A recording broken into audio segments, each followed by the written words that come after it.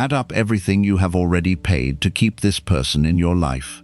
Your sleep, your concentration, your dignity, your peaceful mornings, the hours spent checking your phone, the nights spent replaying conversations, the energy spent explaining yourself to someone who understood perfectly but still chose differently. Now ask yourself one uncomfortable question: how much more are you willing to pay? Buddhism teaches that attachment can make us continue paying for something long after it has stopped giving anything back. Sometimes the wisest decision is not fixing the relationship. It is refusing to sacrifice another day of your life to something that has already ended. 1. Accept. When something has reached its end. The first lesson is to stop arguing with reality. When a relationship has changed, accept that it has changed. When someone no longer makes the same effort, notice it instead of making excuses for them. When a situation has clearly reached its end, stop trying to force it to continue just because you are afraid of losing what you once had. Sometimes, deep inside, we already know the truth, but we do not want to accept it. We remember how good things used to be, so we keep hoping they will become that way again. We think one more conversation, one more chance, or a little more patience will fix everything. But if you keep holding on to the past, you may stop yourself from seeing what is happening in the present. Buddhism teaches us to look at life clearly and accept what is real, even when it is painful. Acceptance does not mean that you never cared.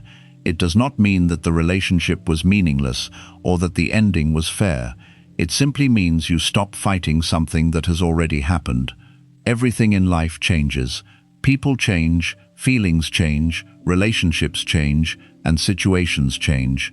Some people may stay with you for many years, while others may only be part of one chapter of your journey. You can appreciate the memories without trying to bring the old situation back.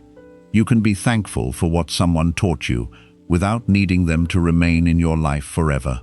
Their departure does not erase the good moments or the lessons you received. It only means their part in your story may be complete. The moment you truly accept that something is over, you stop wasting your energy trying to save the past and finally begin using that energy to build your future. 2. Stop chasing people who have chosen distance. The second lesson is to stop chasing people who are already pulling away from you. When someone becomes distant, stops making an effort, or no longer gives you the same care and attention, your first reaction may be to try harder. You may send more messages, give more love, explain yourself again, or keep trying to bring the relationship back to how it used to be. But the more you chase someone who has chosen distance, the more you can lose your own peace. Buddhism teaches that attachment often creates fear. When you become deeply attached to someone, you may start believing that you cannot be happy without them. Then you become afraid of losing them, and that fear can make you accept things you normally would not accept. You may ignore disrespect, forgive the same behavior again and again, or keep giving your energy to someone who gives very little back. If someone wants distance, allow them to have it. You do not have to become angry or punish them. Simply pay attention to their actions. If you are always the one starting conversations, fixing problems, and keeping the connection alive, ask yourself whether the relationship is still equal. A healthy relationship should not require one person to do all the work. Let people show you how much space they want in your life. You cannot force someone to care, stay, or make an effort. Their choices belong to them, but you can choose how you respond. Instead of asking, "How can I make them stay?" begin asking, "Why am I chasing someone who has already chosen distance?" Sometimes letting someone walk away is painful, but constantly chasing them can hurt even more. When you stop chasing people who do not choose you, you protect your dignity, save your energy, and create space for relationships where love and effort come naturally from both sides. 3. Release the person you thought they would become. The third lesson is to stop holding on to the person you hoped they would become. Sometimes the hardest person to let go of is not the person standing in front of you, but the version of them you created in your mind. You remember their promises, their kind words, their good moments, and the way they treated you in the beginning. Because of those memories, you keep believing that the old version of them will return. Even when their actions keep disappointing you, part of you still waits for them to become the person you once believed they could be.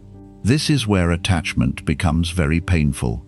You may not be attached to who they are today. You may be attached to their potential. You keep saying to yourself, maybe they just need more time. Maybe they will understand one day. Maybe they will change. Maybe things will go back to how they were. These thoughts can keep you waiting for months or even years. Meanwhile, the reality in front of you may already be very clear. Buddhism teaches us to return to the present moment. The present is where the truth lives. Instead of asking who this person might become in the future, ask yourself who they are showing themselves to be right now. How do they treat you today? Do their actions match their words? Do you feel respected around them? Do you feel calm, valued and understood? Or do you constantly feel confused, ignored, and disappointed? It is easy to fall in love with someone's potential because potential gives us hope. We imagine the future we could have with them if they changed, healed, became more responsible, or finally understood our value. But a peaceful life cannot be built only on possibilities. You need to look at patterns, not promises. Anyone can say they will change, but real change is shown through consistent actions over time. This does not mean people are incapable of changing. People can grow, learn, and become better.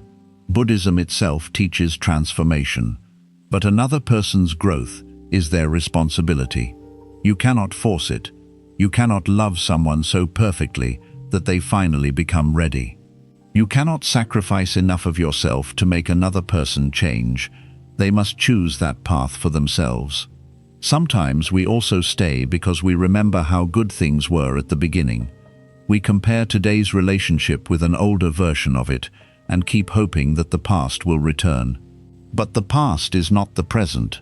A beautiful beginning does not always guarantee a beautiful future. What matters is what the relationship has become now. You may also feel guilty about letting go because you can still see good qualities in the person. But someone does not have to be completely bad for you to realize that the relationship is no longer right for you. A person can have good qualities and still be unable to give you the kind of relationship you need. You can care about someone and still accept that staying close to them is hurting you. This is an important part of Buddhist wisdom, seeing clearly without hatred. You do not need to turn someone into a bad person in order to release them.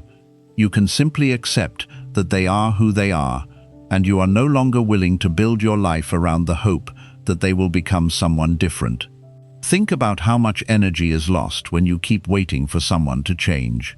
Every day you wait, part of your life is placed on hold. Your peace waits, your healing waits, your future waits. You may even stop noticing new people, new opportunities, or better paths because your attention is still fixed on one person and one imagined future. At some point, you have to ask yourself an important question. If this person never changes, can I accept this relationship exactly as it is? That question can reveal a lot. If the answer is no, then you may be holding on not because the relationship is good today, but because you are hoping it will become good someday. Letting go of potential is painful because it also means letting go of a dream. You may have imagined a future together. You may have pictured certain moments, places, conversations, or experiences. Releasing the person can feel like losing that entire imagined future too. But sometimes the future you imagined is exactly what keeps you trapped in a present that is no longer healthy. Buddhism teaches that suffering often grows when we demand that reality match the picture in our mind. Peace begins when we loosen our grip on that picture. Instead of saying, "This is how things were supposed to be," begin saying, "This is how things are, and I can choose what I do next." You can appreciate who someone once was without pretending they are still that person. You can remember beautiful moments without using those memories as a reason to keep accepting pain. You can wish someone well without waiting for them. You can hope they grow without making their growth a requirement for your own happiness. Sometimes letting go is not giving up on a person. It is giving up on the idea that your life must wait for them to become ready. It is choosing reality over imagination, peace over endless hope, and the present over a future that may never arrive. When you finally release the person you thought they would become, something important happens. You begin seeing your own life more clearly. You stop waiting. You stop trying to control another person's journey. You stop building your happiness around promises that have not become actions. And slowly, your energy comes back to you. You realize that the future does not have to happen exactly the way you once imagined, for it to still be beautiful. Sometimes the life you receive after letting go can become far better than the life you were desperately trying to save. 4. Understand that closure does not always come from them. The fourth lesson is to understand that closure does not always come from the person who hurt you, left you, disappointed you, or walked away without giving you the answers you wanted. Many people remain emotionally stuck because they believe they need one final conversation before they can move on. They want an explanation. They want an apology. They want the other person to finally admit what happened, understand their pain, or say something that makes everything feel complete. But sometimes that conversation never comes. Sometimes the person who hurt you does not explain themselves. Sometimes they leave without saying much. Sometimes they give you confusing answers that create even more questions. Sometimes they know exactly what they did, but still refuse to admit it. And sometimes they simply do not have the emotional maturity to give you the kind of closure you are hoping for. This is where Buddhism teaches an important lesson. Your peace cannot always depend on another person's words. If your healing depends on someone apologizing, then they still have power over your peace. If you believe you cannot move forward until they explain everything, then your life remains connected to their decision. You may spend weeks, months, or even years waiting for something they may never give you. You may keep asking yourself, why did they do this? Why did they change? Why did they stop caring? Why did they treat me that way? Was I not enough? These questions can become a painful cycle because every answer creates another question. Even if the person explains themselves, your mind may still ask for more. Sometimes there is no perfect answer that will make the pain disappear. This is why closure must sometimes come from your own understanding. Look at what happened instead of only listening to what was said. Their actions may already have given you the answer. If someone repeatedly ignored you, that behavior told you something. If they only came around when they needed something, that told you something. If they promised to change but repeated the same behavior, that told you something. If you constantly felt confused about where you stood with them, that confusion itself was information. We often search for closure in words, while ignoring the closure that was already given through actions. Someone may say, I care about you, but if their behavior constantly makes you feel unimportant, pay attention to the behavior. Someone may tell you that things will get better, but if months pass and nothing changes, notice the pattern. Buddhism teaches us to observe reality clearly instead of becoming attached to the story we wish were true. Closure does not mean understanding every detail. You may never know exactly what another person was thinking. You may never know why they made certain choices. Human beings are complicated, and sometimes people do not even understand their own behavior. Waiting until everything makes perfect sense can keep you trapped forever. You do not need every answer in order to move forward. Sometimes you simply need to say, I may not understand everything, but I understand enough. You understand that the situation hurt you. You understand that the relationship was no longer giving you peace. You understand that you tried. You understand that certain patterns kept repeating. You understand that continuing to stay emotionally attached is keeping you from living your life. That can be enough. Another reason people struggle with closure is because they want the other person to understand how much pain they caused. You may imagine explaining everything perfectly so they finally realize what they did to you. You want them to feel regret. You want them to recognize your value. You want them to understand what they lost. This desire is natural, but it can become another form of attachment. Your healing should not require another person to feel guilty. You do not need them to regret losing you before you can value yourself. You do not need them to understand your pain before your pain becomes real. You do not need them to admit that you deserved better before you begin treating yourself better. Buddhism teaches us that we cannot control another person's mind. We cannot decide what they understand, what they regret, or how they remember us. Trying to control these things only creates more suffering. What you can control is what you do with your own mind. You can stop replaying the conversation that never happened. You can stop writing imaginary messages inside your head. You can stop waiting for your phone to light up with the apology you have been hoping for. You can stop checking whether they have finally realized your value. Every time you do this, you take a little piece of your peace back. Sometimes people believe that moving on without an apology means allowing the other person to get away with it. But healing is not about rewarding the person who hurt you. It is about refusing to continue hurting yourself because of what they did. You can forgive without reconnecting. You can let go without forgetting the lesson. You can release anger without inviting someone back into your life. And you can move forward without pretending that what happened was acceptable. Forgiveness in Buddhism is not about saying that harmful behavior was okay. It is about releasing the poison of carrying that behavior inside your mind every day. Imagine someone hurts you once, but then you replay that moment hundreds of times in your mind. Each time you replay it, your body may feel the anger, sadness, or disappointment again. The original event happened once, but your mind continues recreating the pain. This is why letting go matters. You are not changing the past. You are changing your relationship with the past. There may also be times when you blame yourself because the relationship ended without closure. You may think, maybe if I had said something differently, they would have stayed. Maybe I should have tried harder. Maybe everything was my fault. Be careful with this kind of thinking.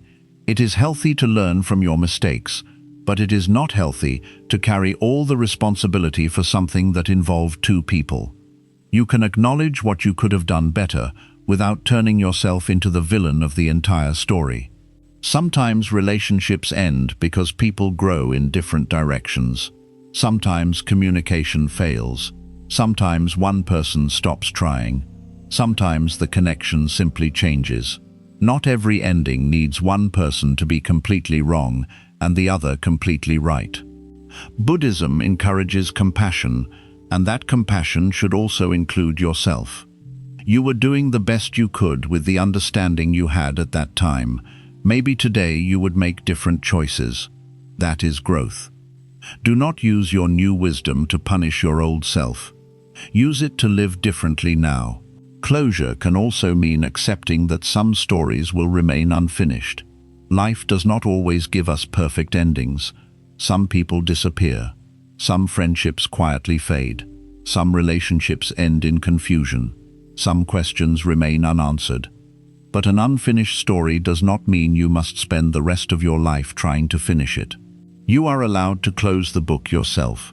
You are allowed to say, I do not know why everything happened the way it did, but I am ready to stop carrying it. That decision can be more powerful than any explanation someone else could give you. The truth is that even the perfect apology may not heal everything. The person may finally say exactly what you wanted to hear, but you may still feel pain. Why? Because healing does not happen only through words. Healing happens when you begin changing what you carry inside yourself. You heal when you stop checking. You heal when you stop waiting. You heal when you stop imagining another ending. You heal when you stop making your future dependent on someone from your past. You heal when you finally realize that your life can continue even without every answer. So if someone never gave you closure, do not believe that you must remain stuck. Give yourself permission to move forward anyway. Let their silence be enough. Let their repeated behavior be enough. Let the way the situation made you feel teach you what you needed to learn. You do not need another person's permission to heal. You do not need their apology to begin again. You do not need them to understand your worth before you recognize it yourself. Sometimes, the most powerful closure is simply accepting that the chapter has ended, taking the lesson with you, and deciding that you will no longer spend your present waiting for someone from your past to explain it. 5. Stop revisiting what you have already outgrown. The fifth lesson is to stop returning mentally to people, places, and situations that your life has already moved beyond. Sometimes a relationship ends physically, but it continues inside your mind for a very long time. The person may no longer be part of your daily life, but you still think about them often. You replay old conversations, remember what they said, imagine what you should have said, and wonder what would have happened if things had gone differently. This is one of the hardest forms of attachment because nothing is happening in the present, yet your mind keeps bringing the past back to life. You may be sitting peacefully in your room, driving somewhere, working, or trying to sleep, and suddenly an old memory appears. Within seconds, you are emotionally back in that situation again. Buddhism teaches us that thoughts are not commands. A memory can appear without you following it. A thought can enter your mind without becoming your entire focus. You can notice what your mind is doing and gently bring yourself back to the present. This is important because many people believe that if they still think about someone, it means they are not ready to move on. But that is not always true. Memories can remain even after you have grown beyond the situation. The goal is not to erase every memory. The goal is to stop feeding it every time it appears. For example, you may suddenly remember someone who hurt you. Your mind may immediately begin asking questions. Why did they do that? Do they regret it? Are they happier now? Did they ever really care? Before you realize it, 20 minutes have passed, and you are living inside a situation that ended months or even years ago. This is how the past quietly steals the present. The memory itself may only last a few seconds, but the story you build around it can last much longer. Buddhism teaches mindfulness, which means learning to notice the moment before a thought pulls you away. You recognize the memory, but you do not have to continue the story. You can simply tell yourself, yes, that happened, but it is not happening now. That sentence can become very powerful. What happened belongs to your past. It may have taught you something important, but it does not need to become a place where your mind lives every day. You can remember without returning emotionally. You can learn without reopening the wound. Sometimes people keep revisiting old situations because they are hoping to find a different meaning. They think that if they analyze it enough, they will finally understand everything, so they go over every detail again and again. They examine messages, conversations, mistakes, and small moments, hoping to discover something they missed. But overthinking does not always create understanding. Sometimes it only creates exhaustion. There is a point where reflection becomes repetition. Learning from the past is healthy. Living inside it is not. Ask yourself whether your thinking is helping you grow or simply making you suffer again. If you have already understood the lesson, you do not need to keep reopening the same experience. Another reason we revisit the past is because the past feels familiar. Even painful memories can feel familiar, and the mind often prefers what it knows over what it does not know. The future is uncertain. You do not know who you will meet, what will happen, or how your life will change. But the past is already known, so the mind keeps returning there. This is why moving forward can sometimes feel uncomfortable, even when you know it is the right thing to do. You are leaving something familiar. You are entering something unknown. But Buddhism reminds us that life only exists in the present moment. Yesterday is gone, and tomorrow has not arrived. The only place where you can actually make a choice is right now. If you spend all your time mentally returning to yesterday, you miss the life that is happening in front of you. You may miss a new friendship because you are still comparing everyone to someone from your past. You may miss a new opportunity because you are still disappointed about an old failure. You may miss a peaceful day because your mind is busy replaying a painful one. The past can become so loud that you stop noticing the present. This is why you must learn to return. Return to your breath. Return to what you are doing. Return to the people who are actually here. Return to the life that still wants your attention. You do not have to fight the memory. Fighting it can sometimes make it stronger. Instead, notice it and let it pass. Imagine watching a cloud move across the sky. You see it, but you do not chase it. Thoughts can be treated the same way. The memory comes, you notice it, then you let it move. You do not need to attach yourself to every thought your mind creates. Sometimes the hardest part of moving forward is accepting that the old version of your life no longer exists. You may miss who you were when certain people were around. You may miss your old routine, your old home, your old relationship, or a time when life felt easier. Missing something is not the same as needing to return to it. This is an important difference. You can miss someone and still know they do not belong in your life anymore. You can miss a situation and still understand that going back would not be good for you. You can miss an old version of yourself and still be grateful that you have changed. Growth often feels like this. Part of you misses what was familiar, while another part of you knows you have outgrown it. Do not confuse nostalgia with direction. Just because something feels emotional does not mean you should return to it. Your mind can make the past look more beautiful than it really was. Over time, we sometimes remember the good moments and forget the pain.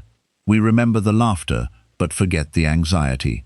We remember the connection, but forget how often we felt ignored. We remember the beginning, but forget why it ended. This can make you want to go back. When that happens, remember the whole story, not only the comfortable parts. Do not romanticize what repeatedly disturbed your peace. If something ended for a reason, respect that reason. This does not mean becoming bitter. It simply means being honest. Another part of letting go is stopping the habit of checking what is happening in someone else's life. You may look at their social media, ask mutual friends about them, or wonder whether they have changed. Every small check may seem harmless, but it can keep the emotional connection alive. Each time you check, you are reminding your mind that this person still deserves your attention. And attention is powerful. Where your attention goes, your emotional energy often follows. If you want to move forward, begin placing your attention on what you are building now. Your health, your peace, your work, your family, your goals, your spiritual growth, and the people who are actually present in your life deserve more attention than someone who has already left it. Buddhism teaches that attachment weakens when we stop feeding it. You do not have to destroy every memory. You simply stop giving the memory new energy every day. There will still be moments when the past returns. A song may remind you of someone. A place may bring back a memory. A date may remind you of what happened. This is normal. Healing does not mean becoming emotionless. The difference is that you no longer allow one memory to control your entire day. You can feel something and still move forward. You can remember and still choose peace. You can be sad for a moment without returning to the old situation. This is emotional freedom. You stop measuring your healing by whether you ever think about the past. Instead, you measure it by how quickly you can return to yourself when the past appears. At first, a memory may disturb you for hours. Later, perhaps only 20 minutes. Then 5 minutes. Eventually, it may come and go without taking your peace at all. That is progress. Do not rush it. Do not punish yourself because you still remember. Simply keep returning to the present. Your life is much larger than one relationship, one disappointment, one mistake, or one painful chapter. There are experiences ahead of you that you cannot see yet. There are people you have not met. There are places you have not visited. There are opportunities you do not even know exist. But you need emotional space to receive them. You cannot fully welcome the new while constantly reopening the old. So when your mind tries to take you back, remind yourself gently, I have already learned what I needed to learn there. Then return to your life. The past deserves respect because it helped shape you, but it does not deserve permanent control over your attention. Keep the wisdom, keep the lesson, keep the growth, but leave the suffering where it belongs. You have already lived that chapter. You do not need to keep reading the same page. Turn your attention toward what is still alive, what is still possible, and what is still waiting for you. That is how you stop revisiting what you have already outgrown and begin giving your present the energy your past has been receiving for too long. 6. Empty space is not always loss. The sixth lesson is to understand that empty space is not always a sign that something is wrong. When a person leaves your life, when a relationship ends, when a friendship becomes distant, or when a situation you depended on suddenly disappears, the first thing you usually notice is the emptiness. Your daily routine changes. There are fewer messages, fewer conversations, fewer plans, and fewer familiar moments. Places that once felt normal can suddenly feel quiet, and certain parts of your day may feel strange because someone or something is no longer there. This empty space can be uncomfortable, especially when you were deeply attached to what was there before. You may wake up and instinctively think about the person. You may reach for your phone and realize there is no message waiting. You may want to tell them something and then remember that the relationship has changed. These small moments can make the ending feel even more real, and because the silence hurts, your mind may immediately try to escape from it. This is where many people make another mistake. Instead of allowing the empty space to exist for a while, they rush to fill it. They contact people they already know are not good for them. They return to relationships that repeatedly hurt them. They begin another connection before they have understood the last one. They keep themselves constantly busy because they are afraid of sitting alone with their thoughts. They fill every quiet moment with noise because silence reminds them of what they lost. But Buddhism teaches us that emptiness is not always something we need to fear. Sometimes empty space is exactly what we need. A space becoming empty does not always mean your life has become worse. Sometimes it means life is making room for something different. The difficult part is that we usually see what has disappeared before we can see what will eventually take its place. We feel the loss immediately, but we cannot yet see the growth that may come from it. This is why endings often feel frightening in the beginning. You can clearly see what you no longer have, but you cannot yet see what is coming next. Imagine that you have spent years building your life around one person. Your routines, plans, emotions, and even your sense of identity may have become connected to them. When that person leaves, you may feel as if a large part of your life has disappeared too. But perhaps that empty space is also giving you the opportunity to ask questions you have ignored for a long time. Who are you without this relationship? What do you enjoy when you are not trying to make someone else happy?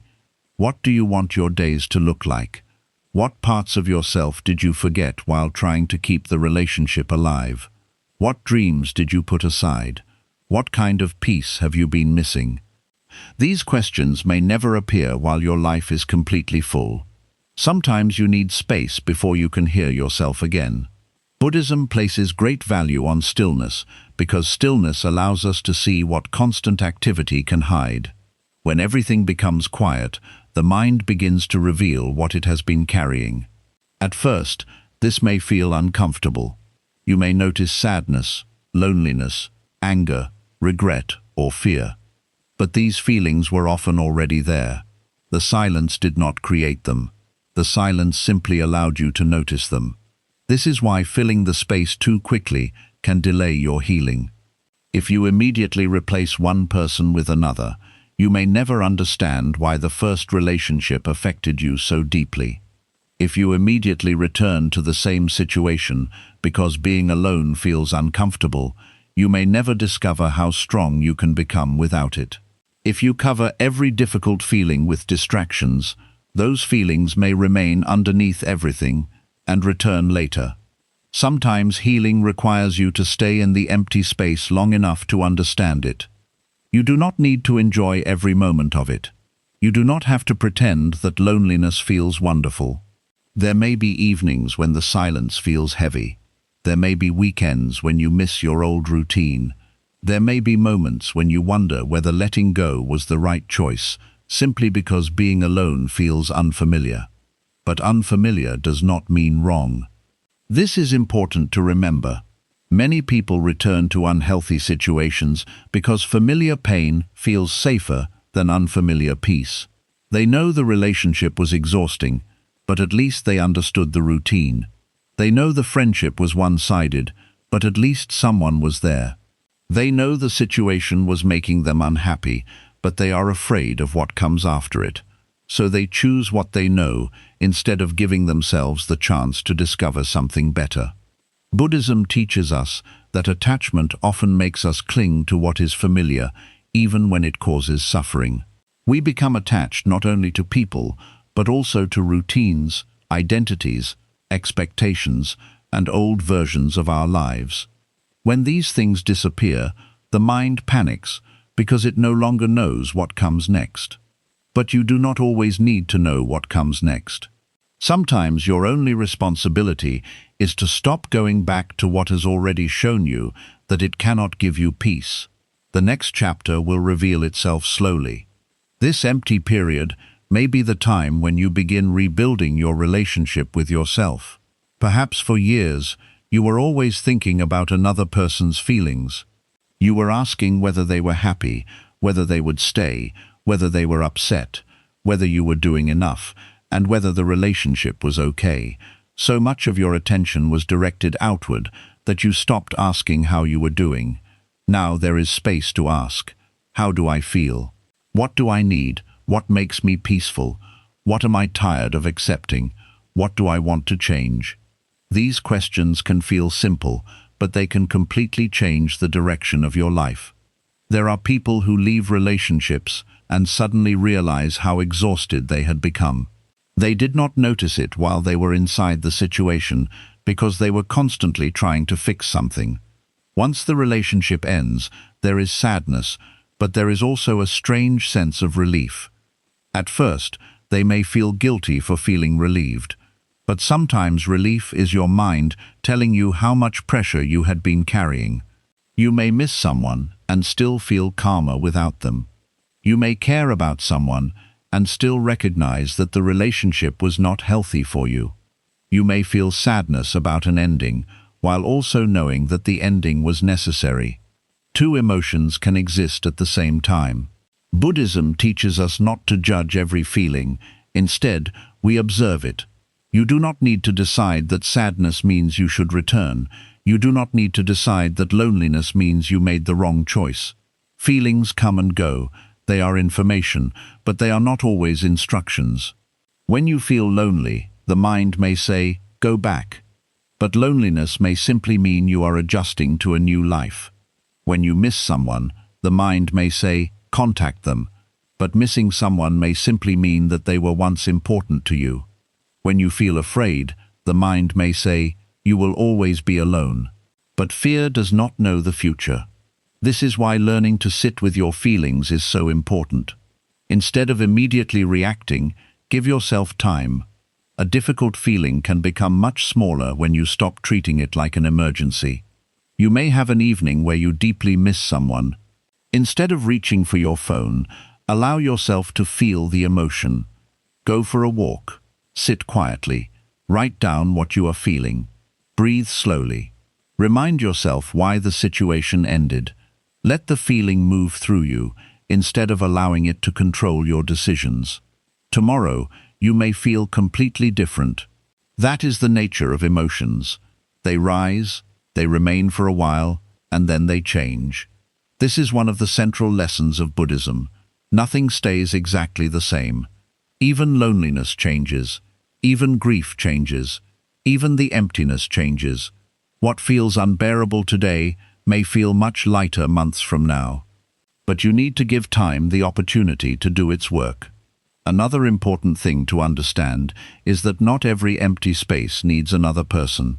Sometimes, after losing a relationship, people immediately begin searching for someone new because they believe another person will remove the loneliness. But this can create a pattern where your peace always depends on someone being present. There is nothing wrong with wanting connection. Human beings naturally need relationships, but there is a difference between enjoying someone's presence and needing someone's presence in order to feel complete. If you never learn to be comfortable with yourself, you may accept almost anyone just to avoid being alone. That can lead you back into the same kind of relationships you were trying to escape. Use the empty space to strengthen your relationship with yourself. Learn what your own company feels like. Go somewhere alone without feeling embarrassed. Eat a meal by yourself without needing your phone every second. Take a walk without constantly looking for someone to message. Spend an evening doing something you enjoy simply because you enjoy it. At first, these things may feel small, but they slowly teach your mind an important truth. Being alone is not the same as being abandoned. You can be alone and peaceful. You can be alone and growing. You can be alone and building something meaningful. You can be alone and still deeply connected to life. Once you understand this, relationships become healthier because you no longer enter them from desperation. You do not need someone to rescue you from yourself. You choose people because their presence adds something beautiful to a life that already has meaning. This changes everything. You become less afraid when someone becomes distant because you know you can survive the space they leave behind.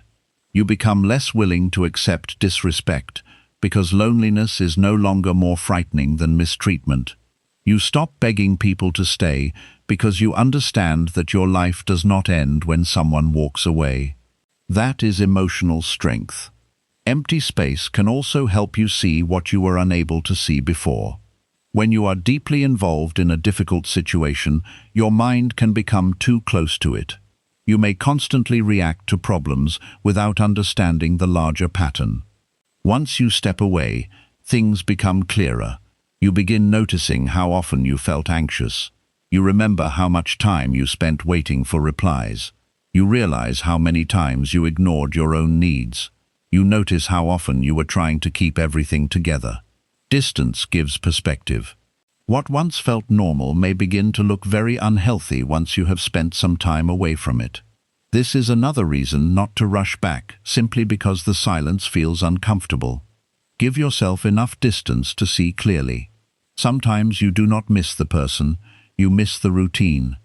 You miss having someone to talk to, you miss having plans, you miss the feeling of being connected to somebody, you miss who you thought they were. Understanding this difference can save you from returning to situations that have already ended for good reasons. Ask yourself, what exactly am I missing? Be specific. If you miss companionship, perhaps you can spend time with supportive friends or family. If you miss having something to look forward to, create new plans for yourself. If you miss feeling valued, begin spending more time around people who genuinely value you.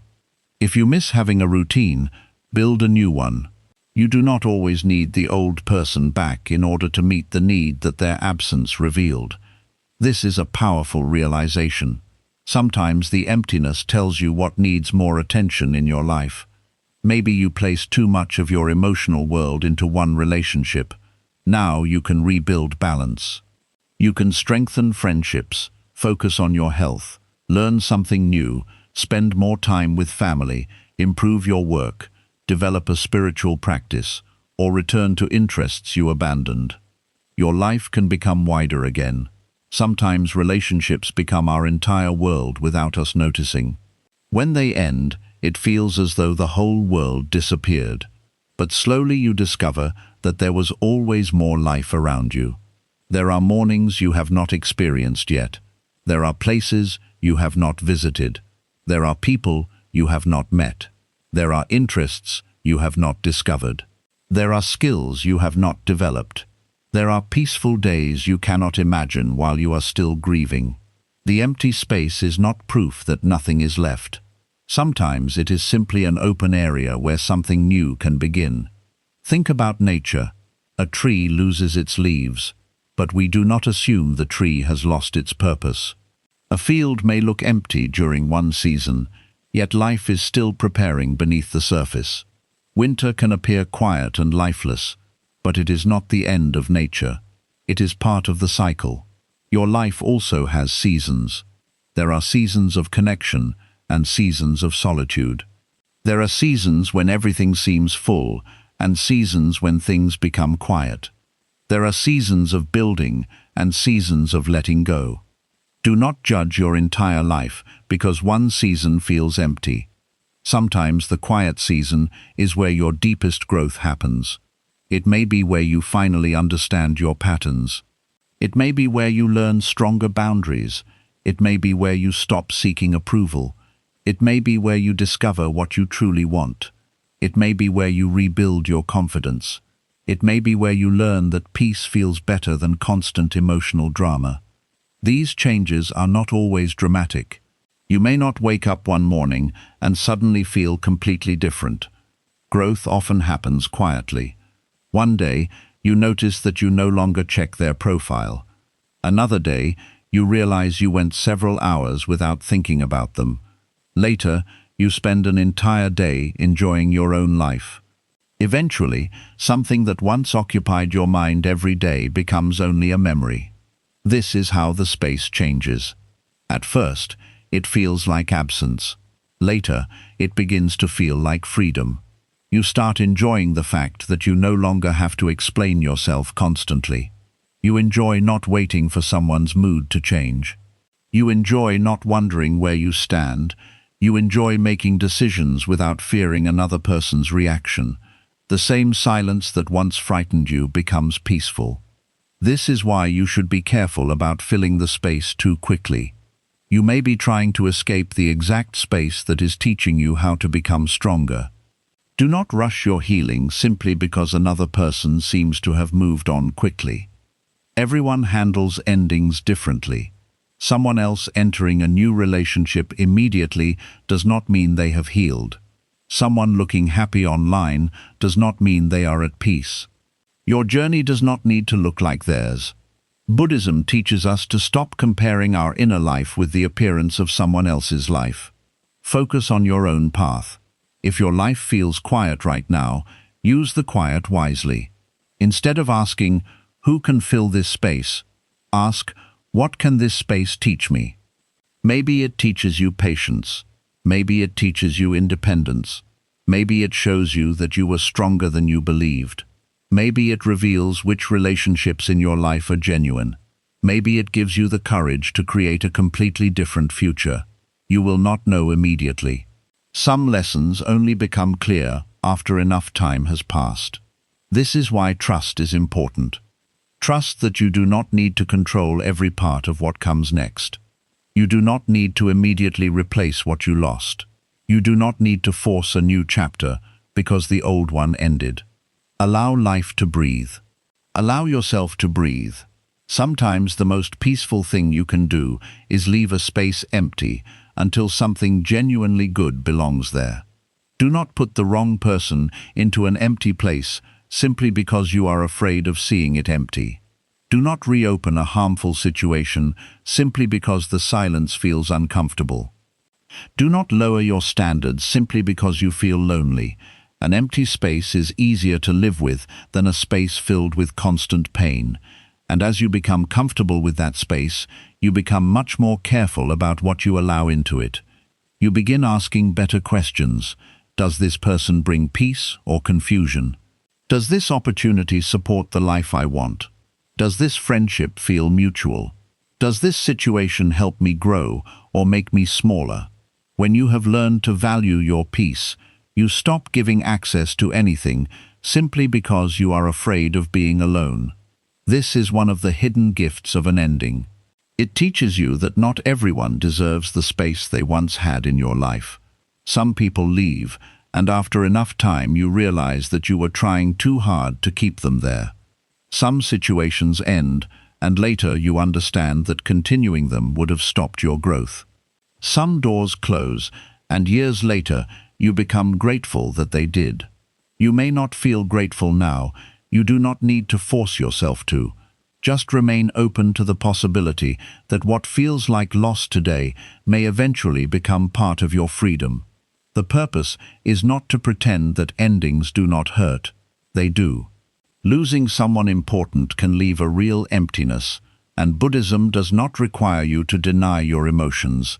It teaches you to feel them without becoming permanently trapped by them. Let yourself miss what was. Let yourself feel the quiet. Let yourself adjust. But do not assume that the quiet means your best days are behind you. Your life is still moving. Something ending does not mean everything has ended. Sometimes life has to become quieter before you can hear the direction it is trying to take you. Sometimes people have to leave before you understand how much of yourself you were giving away. Sometimes a familiar situation has to disappear before you discover that you are capable of building something completely new. So when your life feels empty after an ending, do not immediately run from that emptiness. Sit with it long enough to understand what it is making possible. Use the space to rest, reflect, rebuild, and reconnect with yourself. Give your mind time to become calm again. Give your heart time to stop looking backward. Give your future room to arrive without constantly filling it with pieces of your past. You may eventually realize that the empty space was never truly empty. It was filled with possibilities you simply could not see yet. The person left, but your life remained. The situation ended, but your future remained. The old chapter closed, but you remained. And as long as you are still here, there is still something new that can be created. So do not fear every empty space in your life. Sometimes it is not loss. Sometimes it is life, clearing away what has finished, so that you finally have enough room for what comes next. 7. Let life move forward without asking the past for permission. The 7th lesson is to stop waiting for the past to give you permission to move forward.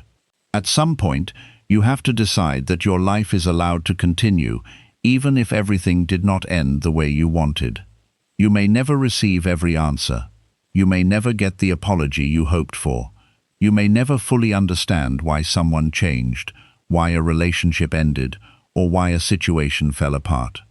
But your future cannot remain on hold forever, because your past did not give you a perfect ending. Many people say they want to move forward, but deep inside, they are still waiting for something from the past. They are waiting for someone to come back. They are waiting for a message. They are waiting for an explanation. They are waiting for the situation to somehow return to what it used to be. And while they are waiting, days keep passing. Weeks become months. Months become years. Life continues moving, but emotionally, they remain standing in the same place. Buddhism teaches that everything is impermanent. Nothing stays exactly the same forever. People change, feelings change, circumstances change, and even the version of you that exists today will continue to change. This truth can feel uncomfortable because we naturally want to keep the things we love. But impermanence is also what makes healing possible. If nothing changed, pain would never change either. Sadness would remain forever. Difficult seasons would never end. The fact that everything changes is not only something to fear, it is also a reason to have hope. What hurts you today may not hurt you in the same way forever. What feels impossible to accept today may become easier with time. The person you cannot imagine living without today may eventually become someone you remember without pain. The situation that currently feels like the end of your life may later become the beginning of a completely different chapter. But for that change to happen, you must participate in your own life. You cannot spend every day looking backward and expect to feel excited about what is ahead. You cannot keep comparing today with yesterday and then wonder why today never feels good enough. You cannot keep asking the past to return while also asking life to give you something new. At some point, you have to turn around. This does not mean pretending the past never mattered. It means understanding that something can matter deeply and still be finished. You can love what happened and still accept that it is gone. You can miss someone and still choose not to return. You can feel sad about an ending while also knowing that moving forward is the healthiest choice. Sometimes people think moving forward means forgetting. It does not. You may always remember certain people. You may always carry certain lessons. Some memories will stay with you for the rest of your life. But remembering something is very different from living inside it. The goal is not to erase the past. The goal is to stop allowing it to control your present. Think about how much power you give the past when every new decision is based on an old experience. Maybe someone betrayed you, so now you refuse to trust anyone. Maybe a relationship failed, so now you believe every relationship will end the same way. Maybe someone rejected you, so now you assume you are not valuable. Maybe you failed at something once, so you stop trying anything similar again. This is how the past begins controlling the future.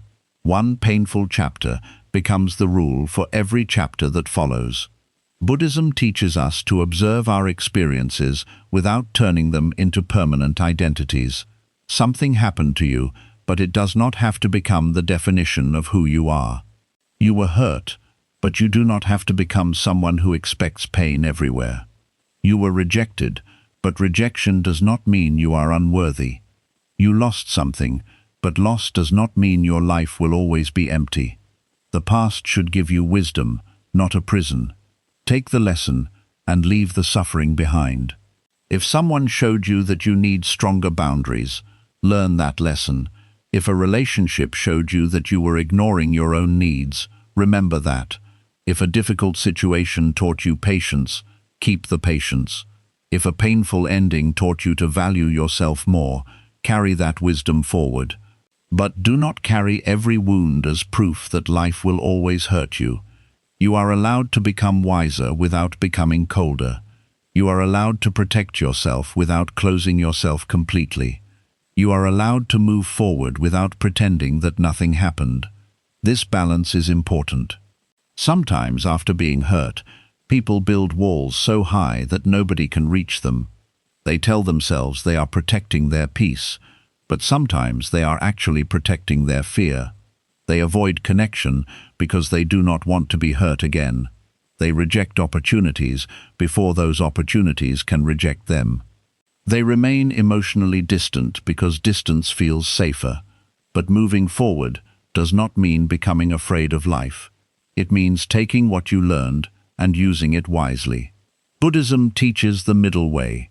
We do not have to live in extreme attachment, but we also do not need to live in complete emotional isolation. You can care without losing yourself. You can love without making another person your entire identity. You can trust while still paying attention to behavior. You can open your heart while keeping healthy boundaries. Moving forward means allowing yourself to experience life again. Maybe you have been telling yourself that you will be happy when someone comes back, or when someone finally apologizes, or when you completely stop thinking about the past. But happiness cannot always wait for perfect conditions. Sometimes you begin moving forward while you are still healing. You begin enjoying your mornings again even though some sadness remains. You start making new plans even though part of you still misses the old ones. You laugh with someone new without feeling guilty about the person who left. You start building something for yourself even though you are still learning how to live differently.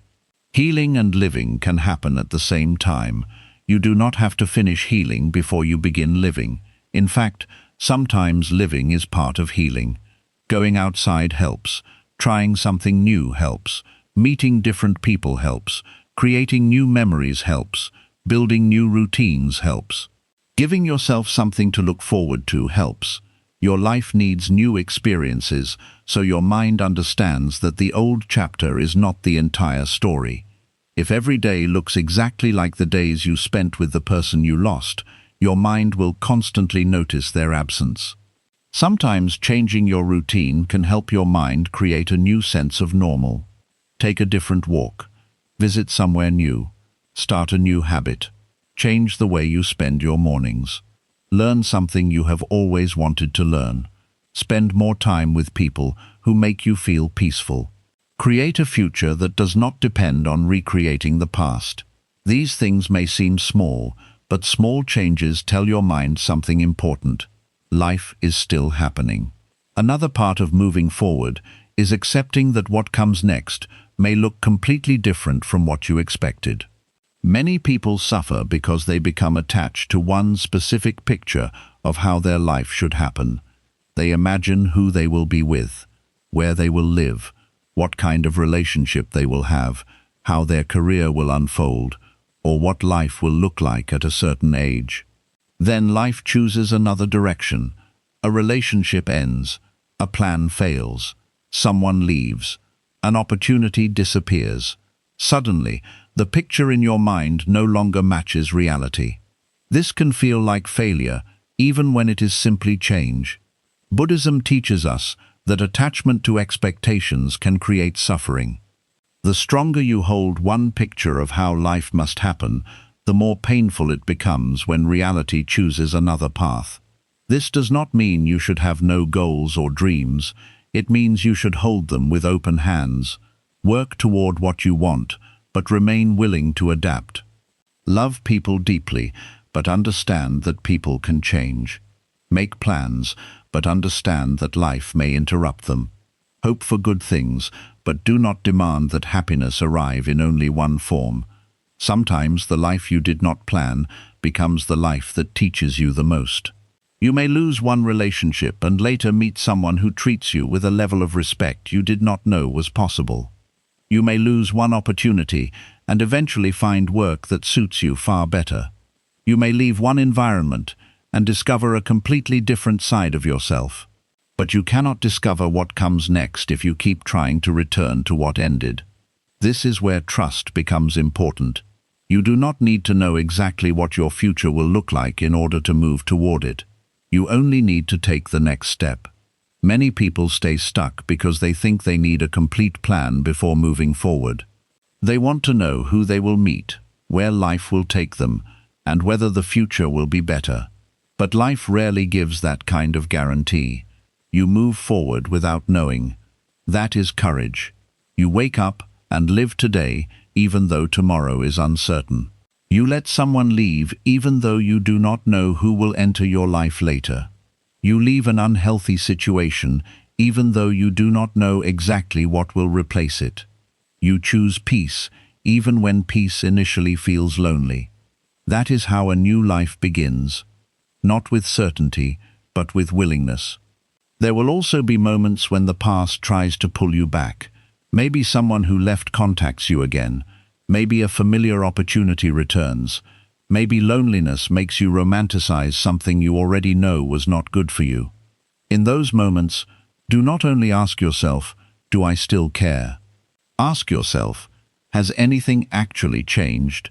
This question can protect you from repeating old cycles. Feelings can remain even when a situation is unhealthy. Missing someone does not automatically mean you should return to them.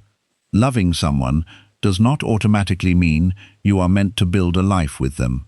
A strong emotional connection does not always mean the relationship is good for your peace. Look at the pattern. If the same problem is still there, returning may simply restart the same pain. Buddhism teaches awareness. Before reacting, observe. Do not allow one emotional moment to erase months of learning. Remember why you had to let go. Remember how the situation affected your mind. Remember how much work it took to become peaceful again. Sometimes the past returns only to see whether you have learned the lesson. You do not always need to reopen the door. You can care from a distance. You can wish someone well and still choose yourself. You can forgive someone without returning to the same relationship. Moving forward also means accepting that some people will misunderstand your decision. They may think you changed. They may say you became distant. They may accuse you of giving up. They may not understand why you no longer accept what you once tolerated. That is okay. Growth often looks strange to people who benefited from your lack of boundaries. You do not need everyone to understand your healing. Your responsibility is not to make every person comfortable with the choices that protect your peace. Buddhism teaches that you cannot control what others think about you. If you constantly adjust your life to avoid disappointing people, you may eventually disappoint yourself. Sometimes moving forward requires making decisions that others do not understand. You may need to stop answering certain messages. You may need to spend less time with certain people. You may need to leave an environment you have known for years. You may need to stop explaining your choices. None of this requires hatred. It requires clarity. You are not rejecting people because you think you are better than them. You are simply recognizing that not every person, habit or situation belongs in every stage of your life. Some things fit an older version of you.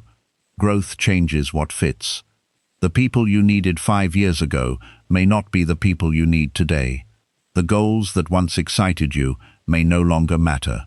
The environment that once felt comfortable may now feel limiting. That is not always failure. Sometimes it is evidence that you are changing. Let yourself change. You do not owe your old identity permanent loyalty.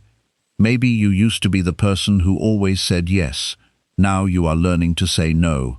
Maybe you used to chase people. Now you are learning to let them choose. Maybe you used to explain yourself constantly. Now you are learning that silence can be enough. Maybe you used to stay in situations long after they stopped being good for you. Now you are learning to leave earlier. Do not feel guilty for becoming wiser. The past taught you something. Let the lesson change you. Sometimes moving forward also requires grieving the version of yourself that existed in the old chapter. You may miss who you were before the pain happened. You may think, I used to be happier. I used to trust more. I used to feel lighter. But you do not need to become exactly who you were before. You can become someone new. Healing is not always returning to your old self. Sometimes healing is meeting a stronger, calmer, wiser version of yourself. The person who comes out of a difficult season may have better boundaries. They may be more careful with their energy. They may understand themselves more deeply. They may value peace more than attention. They may stop trying to be understood by everyone. This new version of you may be different, but different does not mean damaged. Growth changes people. Allow the experience to make you wiser without allowing it to make you bitter. That is one of the most powerful things you can do. There is also a simple truth you need to remember. Time is moving, whether you move with it or not. Every day you spend waiting for yesterday to return is still a day of your life. Your time matters. Your attention matters. Your energy matters. You cannot recover every hour you spend thinking about someone who has already chosen another direction. This does not mean you should rush healing. Healing takes time, but there is a difference between healing and intentionally remaining stuck. Healing says, this still hurts, but I am trying to move forward. Being stuck says, I refuse to move until the past changes. The past cannot change. That is why acceptance is so powerful. You may not like what happened. You may wish it had been different. You may still feel sadness when you think about it. But eventually you say, this is part of my story, and I am going to continue anyway. That is freedom. You stop trying to rewrite yesterday and start writing today. You begin looking at what is still available to you, instead of only looking at what disappeared. There is still life around you. There are still people who care. There are still things you can learn. There are still places you can go. There are still mornings that can feel peaceful. There are still moments that can surprise you. There is still time to create something new. Do not allow one ending to convince you that nothing meaningful can begin again. Life rarely moves in a straight line. There will be endings, beginnings, pauses, changes, losses, and unexpected turns. Buddhism does not promise a life without change. It teaches us how to meet change without losing ourselves. When something arrives, appreciate it. When something stays, care for it. When something changes, observe it. When something ends, release it. This is much easier to say than to practice, but every time you choose acceptance over resistance, you become a little freer. You begin understanding that you do not own people. You cannot force someone to stay. You cannot force a season to continue. You cannot freeze one beautiful moment forever. The beauty of life comes partly from the fact that it moves. The same impermanence that takes things away also brings new things into your life. A difficult day ends. A painful season changes. Loneliness changes. Confusion changes. Your mind changes. You change. This is why you should never make a permanent decision about your future based only on how you feel in one painful season. When everything feels empty, your mind may tell you that nothing good is coming. Do not believe every thought that appears during pain. You cannot see the whole future from where you are standing now. There may be people you will meet who make you understand why certain relationships had to end. There may be places you will go that make you grateful. Another plan failed. There may be a version of your life waiting for you that you could never have created while desperately holding on to the old one. Give yourself the chance to discover it. That is what moving forward really means. It does not mean running away from the past. It means no longer living there. You carry the lessons, but you release the need to return. You honor what mattered without trying to keep it alive forever. You accept that some people were meant to walk beside you for only part of your journey. Their role can be meaningful without being permanent. Some people teach you what love feels like. Some teach you what love should never feel like. Some teach you patience. Some teach you boundaries. Some show you your wounds. Some show you your strength. Not everyone who teaches you something is meant to stay. This can be one of the hardest truths to accept, but it can also bring enormous peace. You stop judging every ending as a failure. A relationship can end and still have taught you something valuable. A friendship can end and still have contained beautiful memories. A dream can end and still have helped you grow. An ending does not erase everything that came before it. You can say, "That mattered to me, and now it is over." Both things can be true. There is great maturity in being able to appreciate something without needing to possess it forever.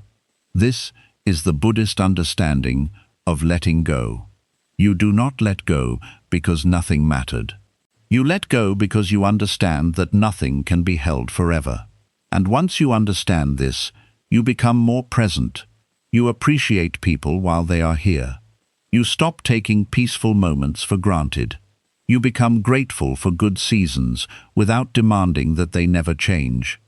You love more freely because you are no longer trying to control everything. And when change eventually comes, you still feel it, but you are less destroyed by it. You understand that life is doing what life has always done. It is moving. So when the past calls your attention again, remind yourself of where you are now. Look at the life in front of you. Do not keep giving your best energy to something that can only exist in memory. Give some of that energy to today. Build something, learn something, care for yourself, strengthen the relationships that are still alive, create new memories. Become curious about who you are becoming. The future does not need to be better than the past in exactly the same way. It only needs the opportunity to become something new. Do not demand that the next person love you exactly like the last one did. Do not demand that the next chapter feel like the previous one. Do not expect your life to return to an older version simply because that version was familiar.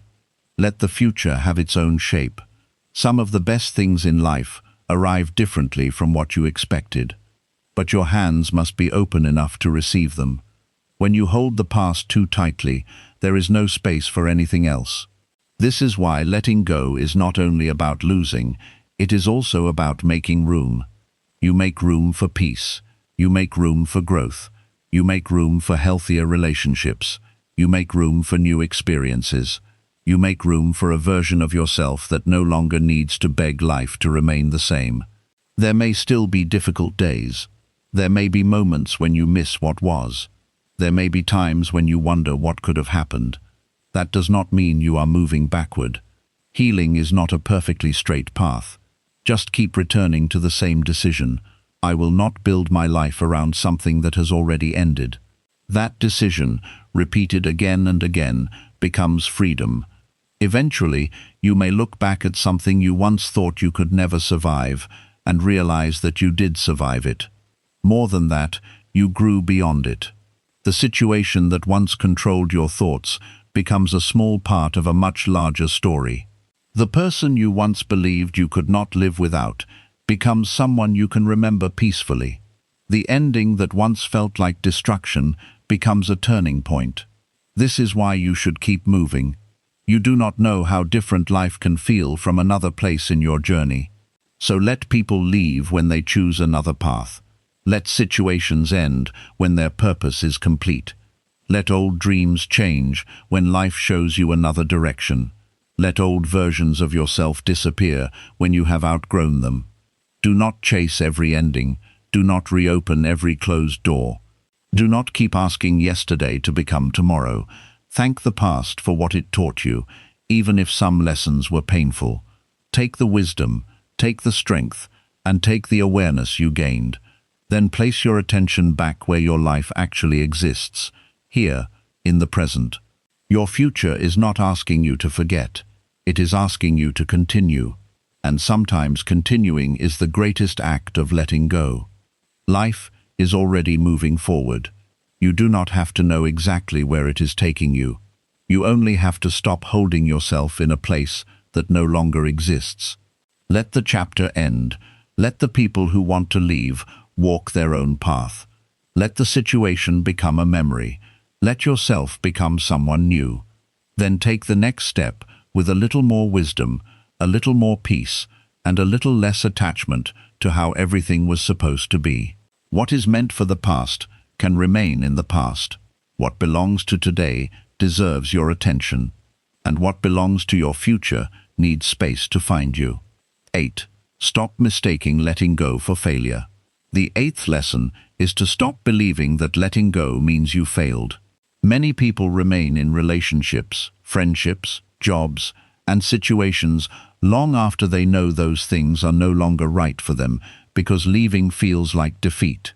They think, I have already given so much time to this. I have tried so hard. I cannot just walk away now.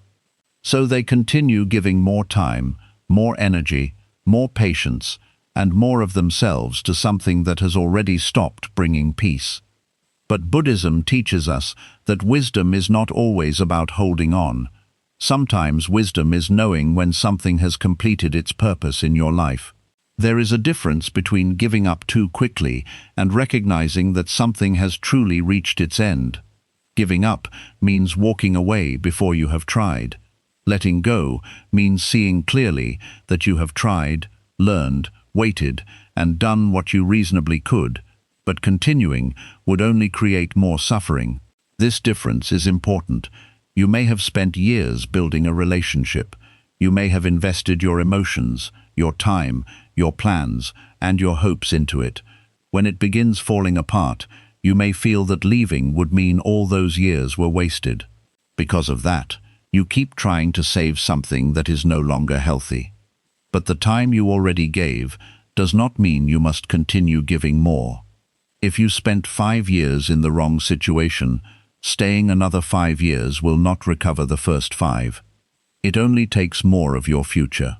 This is one of the hardest truths to accept because the mind becomes attached to what it has already invested. You think about everything you sacrificed. You remember how much effort you made. You remember how many difficult moments you survived together. Then you tell yourself that you cannot leave after coming this far. But ask yourself another question. If you knew today exactly what this situation would become, would you choose it again? That question can help you see more clearly. Sometimes the strongest decision is not continuing because of how much you have already invested. The strongest decision is accepting that the lesson has been learned and refusing to lose even more of yourself. Buddhism teaches that attachment can make us cling not only to people, but also to our own decisions. We want to believe that the choices we made were correct. We do not want to admit that something we once wanted is no longer good for us. We may feel embarrassed about changing our minds because we fear what other people will say. Maybe you told everyone that this relationship would last forever. Now you are afraid people will judge you if it ends. Maybe you spent years working toward a certain goal, and now you realize you no longer want it. You worry that changing direction means you wasted your time. Maybe you defended someone repeatedly, and now you finally see that their behavior was hurting you. Admitting the truth may feel embarrassing because you ignored warnings for a long time, but growth sometimes requires admitting, "I see things differently now." There is no shame in becoming wiser. The person who made the original decision was working with the understanding they had at that time. You know more today because you have experienced more. You have seen patterns you could not see before. You have learned what certain choices cost you. You have discovered things about yourself that you did not know then. Changing your direction after learning something new is not weakness. It is intelligence. Imagine walking down a road because you believe it leads somewhere you want to go. After walking for a long time, you discover that you took the wrong road. Would it make sense to continue walking in the wrong direction just because you had already walked for hours? Of course not. The distance you already walked does not make the road correct. You would turn around. Life works the same way. Sometimes you realize that a relationship, friendship, habit, dream, or lifestyle is taking you somewhere you no longer want to go. Continuing simply because you have already invested time does not make the situation better. You are allowed to change direction. You are allowed to say, "This once made sense for me, but it no longer does." You are allowed to outgrow your own decisions. Buddhism teaches that everything changes, including our understanding. The things we believed when we were younger may change as we gain experience. The people we once felt deeply connected to may become different. Our priorities may change. Our values may become clearer. Trying to remain exactly the same while life continues changing creates unnecessary suffering. Sometimes letting go is simply accepting that you are no longer the same person who originally chose something. The old version of you may have needed that relationship. The current version of you may need peace. The old version of you may have wanted approval. The current version of you may value freedom. The old version of you may have tolerated certain behavior because you were afraid of being alone. The current version of you may finally understand that being alone can be healthier than being constantly disrespected. That is growth. Do not punish yourself for growing. Another reason we mistake letting go for failure is because we are taught that strong people never quit. We hear messages about persistence, determination, and fighting for what we want. These qualities are valuable, but they can become harmful when we apply them to everything. Not every situation should be fought for forever. Persistence is useful when you are building something healthy. Persistence becomes suffering when you use it to keep something alive that is clearly destroying your peace. There are relationships worth working through. There are difficult seasons that require patience. There are goals that take years of effort. But there are also situations where continuing is no longer courage. Sometimes leaving requires more courage than staying. Staying can be easy when it is familiar. You already know the routine. You know what to expect. Even if the situation hurts, at least it is known. Leaving means stepping into uncertainty. You may not know what your life will look like afterward. You may not know whether you will meet someone else. You may not know whether you will regret the decision. You may not know how long it will take to rebuild. That uncertainty can make staying feel safer. But safety and familiarity are not always the same thing. A familiar situation can still be unhealthy. Buddhism encourages us to observe clearly rather than allowing fear to make every decision for us. Ask yourself whether you are staying because the situation is truly good or because you are afraid of what happens if you leave. Those are very different reasons. If fear is the only thing keeping you somewhere, pay attention. You may be afraid of loneliness. You may be afraid of starting over. You may be afraid that nobody else will understand you. You may be afraid that you will never find another opportunity. You may be afraid of disappointing people. You may even be afraid of admitting to yourself that something you wanted badly did not work. Fear can make an ending look more dangerous than it really is. The mind begins creating terrible pictures of the future. It tells you that you will be alone forever. It tells you that you will regret leaving. It tells you that there will never be anything better. But the mind does not know the future. Fear is often simply imagination focused on everything that could go wrong. You can listen to fear without obeying it. Sometimes you need to say, "I am afraid, but I still know this situation is finished." Courage does not mean feeling no fear. Courage means refusing to allow fear to keep you trapped. Another thing that makes letting go difficult is the hope that your effort will eventually be rewarded. You may think that because you have suffered so much, something good must eventually come from the situation. You tell yourself, "I did not go through all of this for nothing," so you keep waiting. You believe that if you just stay a little longer, everything will finally become worth it. But suffering is not a payment that guarantees a reward.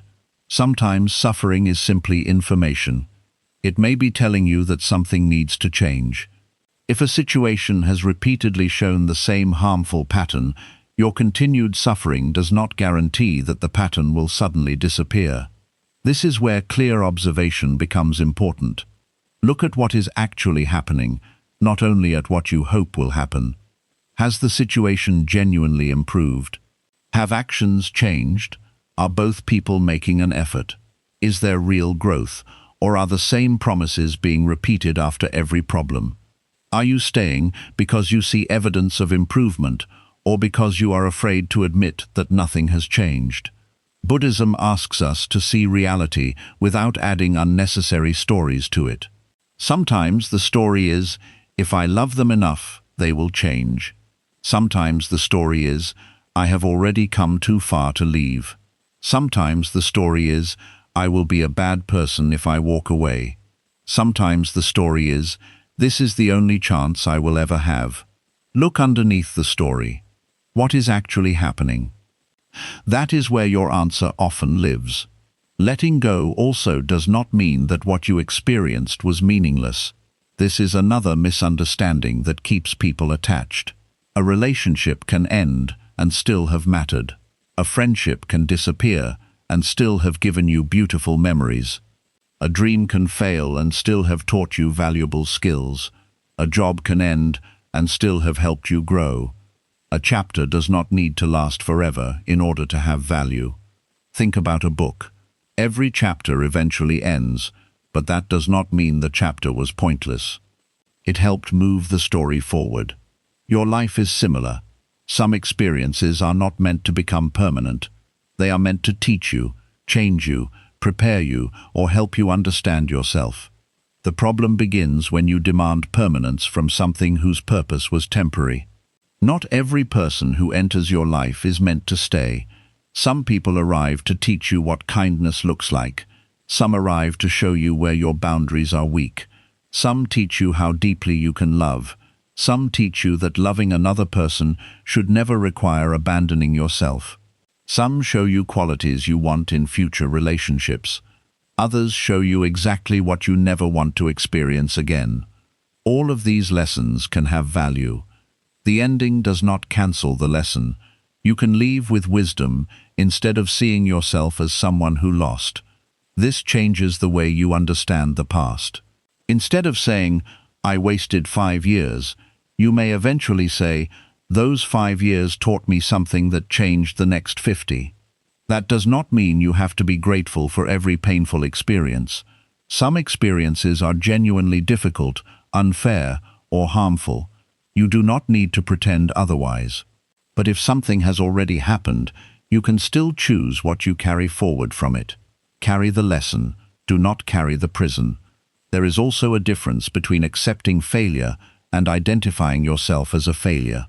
Maybe something you tried did not work. That does not mean you are a failure. A relationship failing does not mean you failed at being worthy of love. A friendship ending does not mean you are incapable of friendship. A plan collapsing does not mean you are incapable of building another one. Sometimes things do not work, even when you tried sincerely. Human relationships involve more than one person's effort. You can communicate well and still be with someone who refuses to communicate. You can be loyal and still experience betrayal. You can give another person respect and still not receive the same respect back. You cannot control both sides. This is very important when deciding whether to stay. Sometimes people believe that if they just become better, everything will improve. They become more patient, more understanding, more forgiving, and more available. But if the other person remains unwilling to grow, the relationship stays in the same place. One person cannot carry two people's responsibility forever. You can do your part. You cannot do theirs. Accepting that truth can save you years of exhaustion. Buddhism teaches us to recognize the limits of control. We can guide our actions, intentions, and responses, but we cannot control another person's mind. We cannot make them love more deeply. We cannot make them communicate honestly. We cannot make them respect boundaries they have decided to ignore. Trying to control another person's choices creates suffering because you are trying to manage something that does not fully belong to you. Let people take responsibility for their side of the relationship. If they repeatedly choose distance, dishonesty, disrespect, or indifference, you do not need to spend your life trying to make a different decision for them.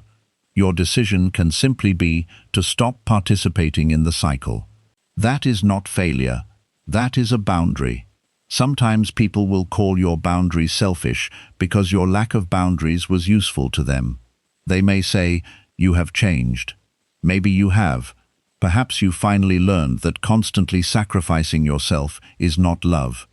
Perhaps you finally understood that being kind does not require accepting everything.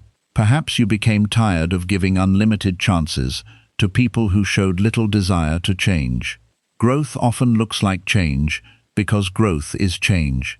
Do not apologize for becoming more aware. You may also face guilt after letting go. Your mind may ask whether you tried enough.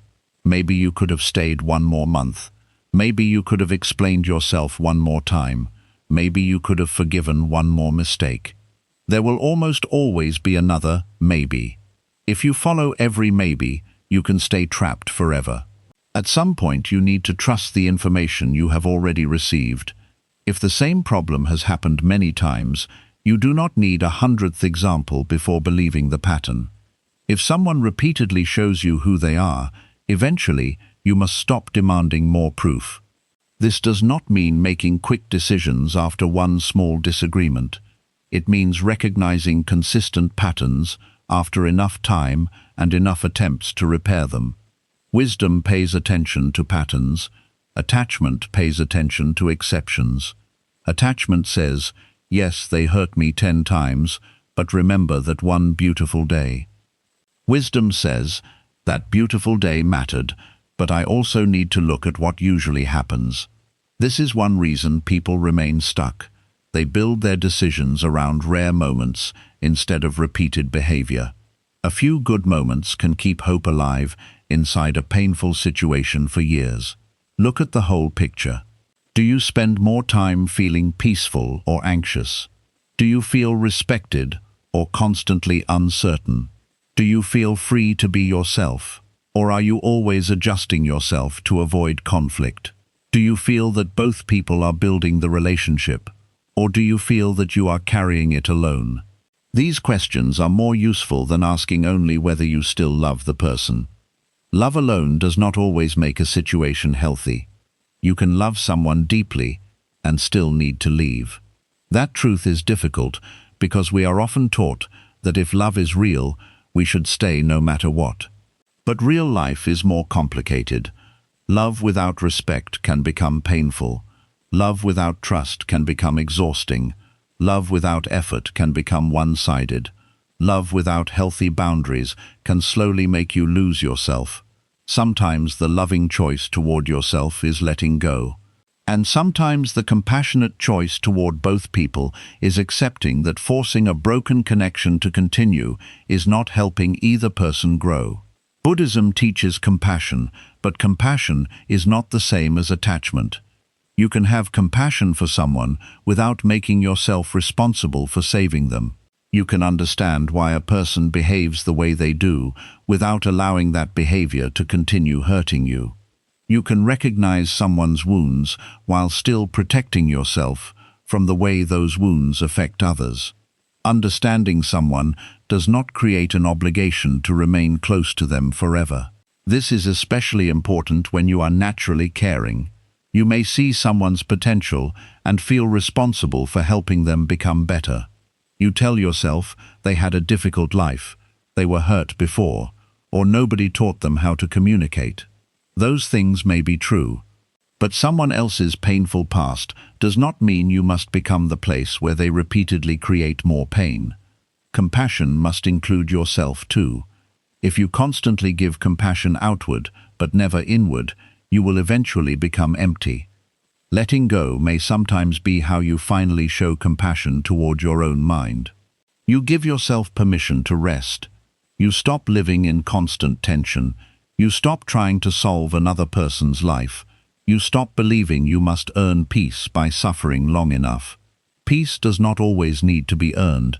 Sometimes it begins when you stop choosing what repeatedly disturbs it.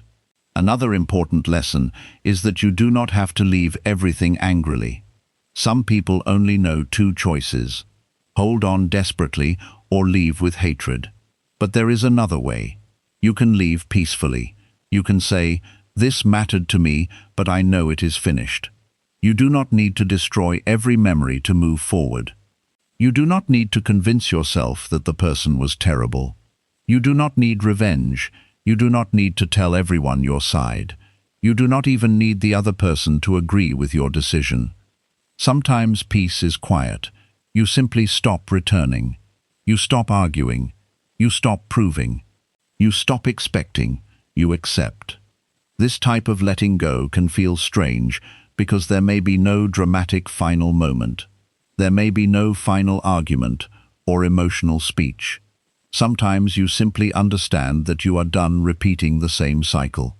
Your behavior changes quietly. You answer less. You stop chasing. You redirect your energy. You build your life again. And slowly the situation loses its hold over you. This is one of the healthiest kinds of endings because you are not allowing hatred to become another form of attachment. Remember, hatred can also keep someone inside your mind. If you spend every day being angry about them, they may be physically gone but emotionally still present. True letting go means becoming less emotionally controlled by what happened. Eventually, you want to reach a place where the memory does not create the same reaction. You remember, but you do not become consumed. You understand, but you do not need to return. You may even wish the person well, while knowing that you do not want them back in your life. That is freedom. It takes time. Do not force yourself to reach that point immediately. You may still feel anger for a while. You may still feel sadness. You may still wonder whether you made the right decision. That uncertainty is normal. Major endings often create doubt, even when the decision was necessary. When doubt appears, remember why you let go. Do not only remember what you miss, remember what hurt. Remember the pattern. Remember the nights you felt exhausted. Remember the conversations that went nowhere. Remember how much of yourself you were losing. The mind has a habit of remembering comfort when loneliness appears. Give yourself the whole truth. You do not need to make the past uglier than it was. but you also do not need to make it more beautiful than it was. See it clearly. That is the Buddhist way. Clear seeing creates wise action. You may eventually realize that the real failure would not have been leaving. The real failure would have been abandoning yourself forever just to keep something else alive. There are times when staying means losing your peace, confidence, identity, energy, and future. Walking away may be the first time you begin choosing yourself again. And choosing yourself does not mean becoming selfish. It means understanding that your life also deserves care. You deserve relationships where effort moves in both directions. You deserve friendships where you do not constantly wonder whether you matter. You deserve environments where you can grow. You deserve enough peace to hear your own thoughts. You deserve to wake up without carrying the same emotional battle every day. This does not mean life will become perfect after letting go. You may experience loneliness. You may question yourself. You may miss what was familiar. Starting again may feel difficult, but difficulty does not mean you made the wrong decision. Sometimes the right decision is painful at first because you are breaking an attachment. Think of how the mind reacts when a long routine changes. Even unhealthy routines can feel uncomfortable to leave simply because they are familiar. Give yourself time. The discomfort of change often decreases. The peace that comes after can grow. One day, you may notice something small. You wake up and realize that your first thought is no longer about them. You go through your morning without wondering what they are doing. You make a decision without asking how they would feel about it. These moments may seem ordinary, but they are signs that your life is becoming yours again. Then one day you look back and understand something important. You did not fail by letting go. You saved yourself from continuing something that was already complete. You gave your future a chance. You stopped sacrificing new years of your life to protect old years that had already passed. And that realization can bring deep peace. Not everything you begin must stay forever. Not everything you love must belong to you forever. Not everything you lose was meant to remain. There are experiences whose purpose is to teach you when to stay, and others whose purpose is to teach you when to walk away. Both lessons matter. Learning to stay during healthy difficulty is maturity. Learning to leave unhealthy repetition is also maturity. The goal is not to become someone who leaves every time things become uncomfortable. The goal is to become someone who can tell the difference between temporary difficulty and a pattern that is destroying their peace. One requires patience, the other requires courage. Sometimes courage looks like fighting for something. Sometimes courage looks like releasing it. Only you can carefully observe your situation and recognize which one is needed. But when something has clearly reached its end, do not turn letting go into a story about failure. Call it what it may actually be: acceptance, growth, wisdom, a boundary, a new direction. A chapter completed. You are not losing simply because you are leaving something behind. Sometimes you lose more by refusing to leave. You lose time, you lose energy, you lose opportunities, you lose your connection with yourself, you lose the chance to discover what life could become outside the situation. So when your mind says, "I cannot walk away after everything I invested," remind yourself that your future is also an investment. Your remaining years matter. Your peace matters. Your emotional energy matters. Your growth matters. Do not spend the rest of your life trying to prove that an old decision was correct. You are allowed to learn. You are allowed to change. You are allowed to choose differently now. That is not failure. That is what growth looks like. And sometimes the moment you stop trying to save what is already over is the exact moment you begin saving the part of your life that is still ahead. Mine, do not let loneliness send you back to what you already outgrew. The 9th lesson is to understand that loneliness can make the past look better than it really was. After someone leaves or a situation ends, there may come a quiet period where you begin missing what used to be familiar. You may remember the conversations, the routines, the attention, and the feeling of having someone there. During those moments, your mind may start telling you that perhaps you made the wrong decision, perhaps you should contact them again, or perhaps the situation was not as bad as you once believed. This is one of the most dangerous moments in the process of letting go, because loneliness can change the way you remember the past. When you feel alone, your mind often focuses on the good memories and slowly pushes the painful ones into the background. You remember the laughter, but forget the arguments. You remember the warm messages, but forget the days of silence. You remember the beautiful beginning, but forget how exhausted you felt near the end. Buddhism teaches us to observe the mind carefully because the mind does not always show us reality exactly as it was. Our emotions can influence what we remember and what we ignore. When you are lonely, even an unhealthy relationship can begin to feel comforting simply because it was familiar. This is why you should not make important decisions based only on a temporary feeling. Loneliness is a feeling. It is not always a sign that you should return. Missing someone is a feeling. It is not always proof that they belong in your life. Feeling sad after an ending is natural. It does not automatically mean the ending was a mistake. Many people confuse the pain of adjusting with the pain of making the wrong decision. These are not the same thing. Sometimes you can make the right decision and still feel terrible for a while. You can leave something unhealthy and still miss it. You can know that a relationship was hurting you and still wish the person were beside you on a difficult evening. Human emotions are complicated. Buddhism does not ask you to deny these feelings. It teaches you to notice them without immediately obeying them. You can feel lonely without sending the message. You can miss someone without reopening the relationship.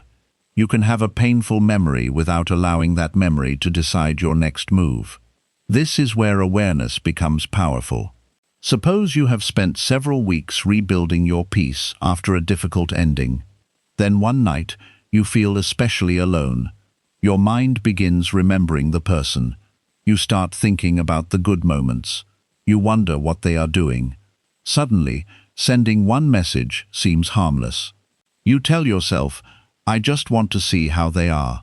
But sometimes that one message opens a door you worked very hard to close.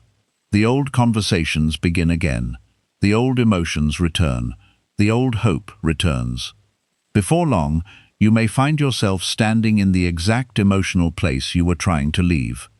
This is why it is important to understand the difference between wanting the person back and wanting the loneliness to stop.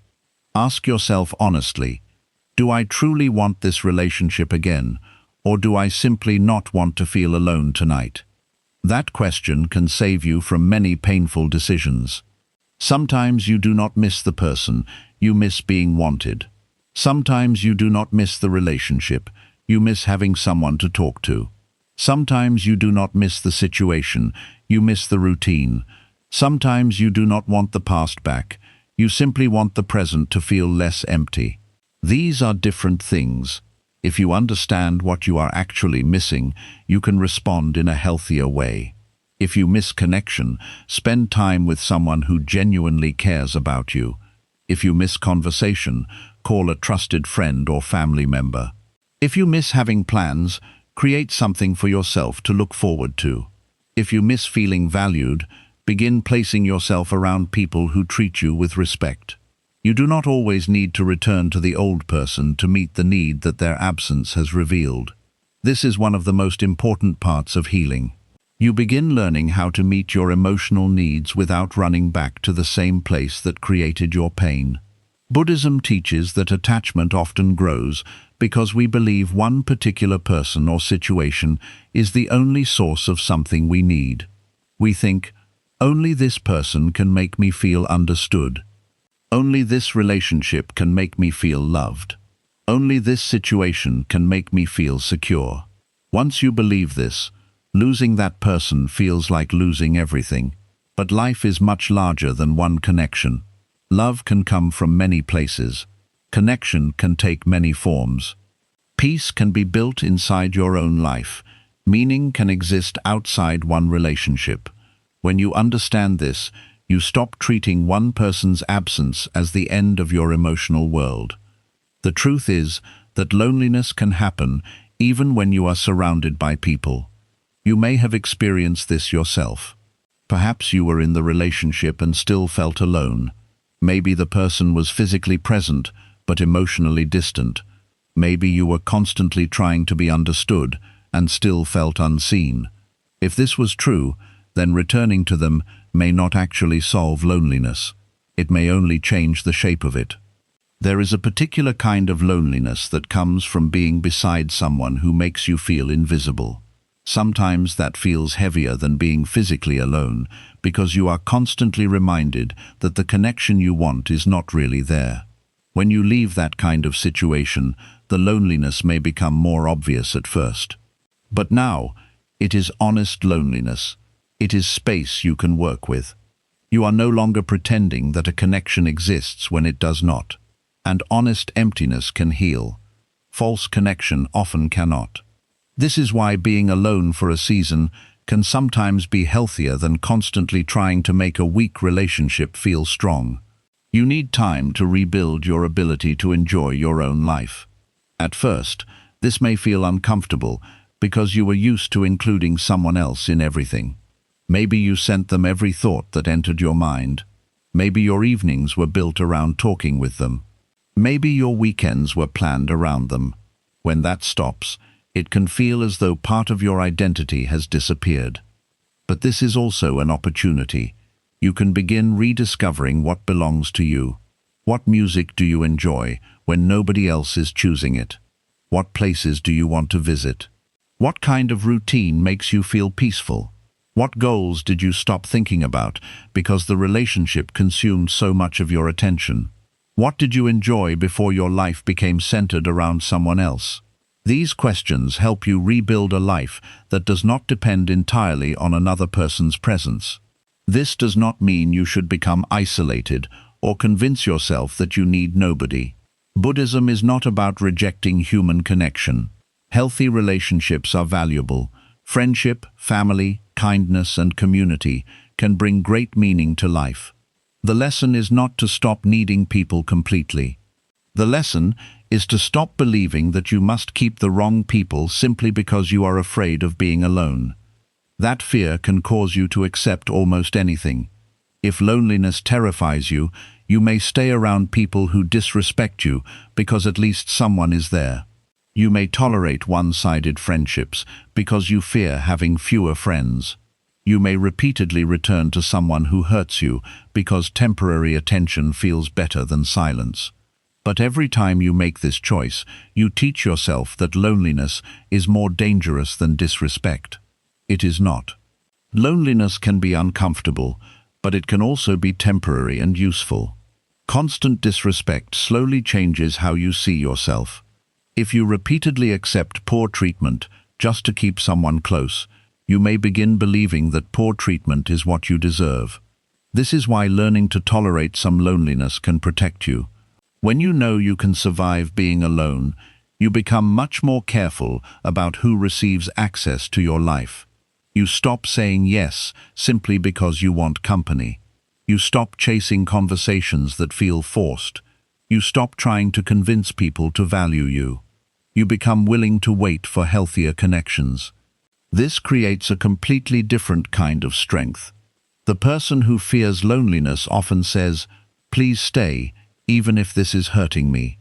The person who has learned to be peaceful alone can say, "I care about you, but I will not destroy myself to keep you." That difference changes your relationships. You no longer choose people only because you need someone there. You choose them because the relationship is healthy, mutual, peaceful, and meaningful. This is one reason solitude can be such a powerful teacher. When you spend healthy time alone, you begin hearing your own thoughts again. You stop receiving constant opinions from other people. You notice what actually matters to you. You begin understanding your own patterns. Maybe you realize that you always chase emotionally unavailable people. Maybe you notice that you become attached too quickly. Maybe you discover that you tolerate too much because you are afraid people will leave. Maybe you recognize that you have been asking others to give you a sense of worth that you never learned to give yourself. These realizations can be uncomfortable, but they are valuable. You cannot change a pattern you refuse to see. Solitude gives you space to see it. Buddhism has long valued periods of quiet reflection because when external noise decreases, inner patterns become easier to observe. You begin noticing the thoughts that normally push you toward unhealthy choices. For example, loneliness appears, and the mind says, "Nobody cares about me." Observe that thought. Is it actually true? Perhaps one person left, but that does not mean nobody cares. The mind says, "I will always be alone." Is that a fact? Or is it fear predicting the future? The mind says, "I should go back, because at least I had someone." But were you actually happy there? These questions help create distance between the feeling and the decision. You do not have to believe every thought simply because it arrived strongly. This is an important Buddhist practice, observing thoughts without immediately becoming them. Instead of saying, "I am lonely and therefore I need them back," you can say, "Loneliness is present right now." Notice the difference. The first statement turns the feeling into a command. The second simply notices what is happening. Feelings change. You do not need to build permanent decisions around temporary emotions. There may be nights when you feel strong and completely ready to move forward. The next day, you may miss the person again. This does not mean your healing disappeared. Healing is rarely a straight line. There will be good days and difficult days.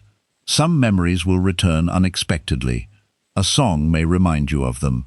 A place may bring back an old feeling. You may see something that you would normally have sent them. For a moment, your heart may feel heavy. Allow the moment to exist. You do not have to turn it into a story about how you are failing to heal.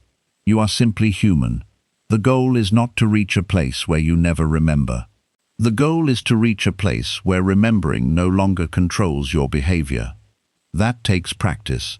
Each time you miss them and choose not to return to an unhealthy cycle, you become stronger. Each time you feel lonely and choose to care for yourself instead of chasing someone, you build trust with yourself. Each time you allow an uncomfortable feeling to pass without reacting immediately, you prove that emotions do not control you. This is how inner stability is built. Not through one dramatic decision, but through many small choices. One evening, you decide not to send the message. Another day, you decide not to check their social media. Another time, you stop yourself from asking someone else about them. Each choice seems small, but together they create distance. That distance gives your mind room to heal. Eventually, the urge becomes weaker. The person who once occupied your thoughts every hour begins appearing less often. Then one day you realize you have spent an entire day without thinking about them. Later, several days pass. Eventually, remembering them no longer feels like an emergency. That is what letting go often looks like in real life. It is gradual. This is why you should not become discouraged when loneliness returns. Do not think, "I thought I was over this. Why am I feeling this again?" Healing does not require perfection. Sometimes a feeling returns because something reminded you of the past. Sometimes you are simply tired or stressed. Emotions can become stronger when you are mentally exhausted. Be patient with yourself. You can experience a difficult evening without undoing months of progress. The key is what you choose to do next. Do you use the feeling as an excuse to return to the old cycle, or do you allow it to pass? This is where wisdom grows. Another thing that can help is remembering why the situation ended without turning the memory into hatred. You do not need to convince yourself that the person was terrible. You simply need to remember the truth. Perhaps you felt ignored. Perhaps you were always the one making the effort. Perhaps trust was repeatedly broken. Perhaps the same arguments kept returning. Perhaps you were losing your peace. Remembering these things is not bitterness when you are using them to protect yourself from repeating the same pattern. The problem is when nostalgia removes half the story. Your mind says, "Remember that beautiful day." Yes, remember it, but also remember what happened repeatedly around it. A few beautiful memories do not automatically make an unhealthy situation healthy. You can appreciate what was good without returning to everything that was painful. This balance is important. You do not have to destroy the past in order to leave it. You simply stop allowing the good memories to erase the difficult truth. Buddhism encourages clear seeing. See the good, see the bad, see the entire experience. Then make your decision from clarity rather than loneliness. There is another trap that often appears during this period, comparing your life with the person who left. Maybe you see them with new people. Maybe they seem happy. Maybe they appear to have moved forward faster than you. This can make your loneliness feel heavier. You begin thinking, they are enjoying life while I am still healing. But you do not know what is happening inside another person's mind. A photograph does not show the whole life. A smile does not prove inner peace. A new relationship does not automatically mean healing happened. Do not measure your progress against someone else's appearance. Your healing has its own timing. Buddhism teaches us that comparison creates unnecessary suffering because we stop living our own experience and begin measuring it against something we cannot fully understand. Focus on your path. If you need more time, take more time. If your life is quiet right now, allow it to be quiet. Quiet does not mean empty forever. There are periods when life is rebuilding beneath the surface. You may not see immediate results, but important things are changing inside you. Your standards are changing. Your boundaries are becoming stronger. Your understanding of yourself is improving. You are learning what kind of relationships you want in the future. You are learning what you will no longer accept. This growth may not look exciting from the outside, but it can completely change the rest of your life. Use this season wisely. Instead of spending all your energy wondering who will enter your life next, become more interested in the person you are becoming. Build routines that support you. Take care of your body. Read something that strengthens your mind. Spend time in nature. Create something. Work toward a goal. Reconnect with people you may have neglected. Learn to enjoy small moments without needing to share every one of them with someone else. The more full your own life becomes, the less likely you are to return to someone simply because you feel empty. This does not mean filling every second with activity so you never feel anything. That is another form of escape. Make room for quiet too. There is a difference between healthy activity and constant distraction. Sometimes you should sit quietly and allow yourself to feel what is there. If sadness comes, let it come. If you miss someone, acknowledge it. You do not need to fight yourself. Simply remember that feeling something does not require acting on it. You can say, "I miss them, but I still know why I left." You can say, "I feel lonely today, but I do not need to return to something unhealthy." You can say, "This is difficult, but difficult does not mean permanent." These are simple reminders, but they help your mind remain grounded in reality.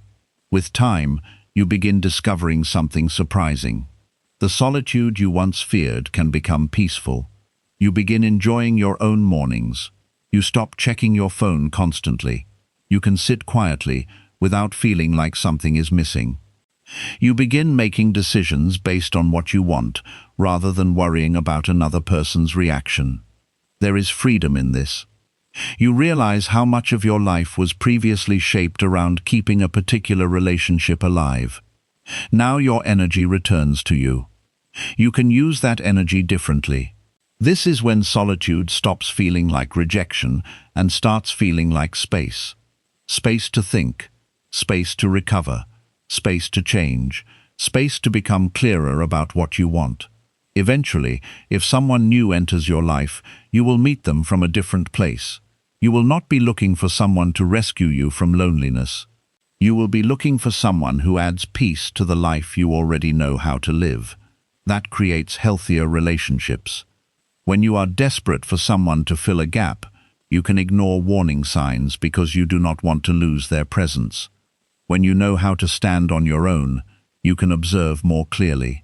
You can ask whether their actions match their words. You can notice whether effort is mutual. You can pay attention to how you feel around them.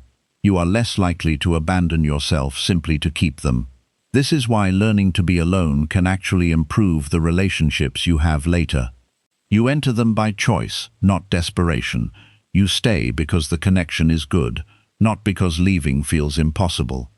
And if something unhealthy happens, you know that being alone again is survivable. That knowledge protects you. You do not have to threaten anyone with leaving.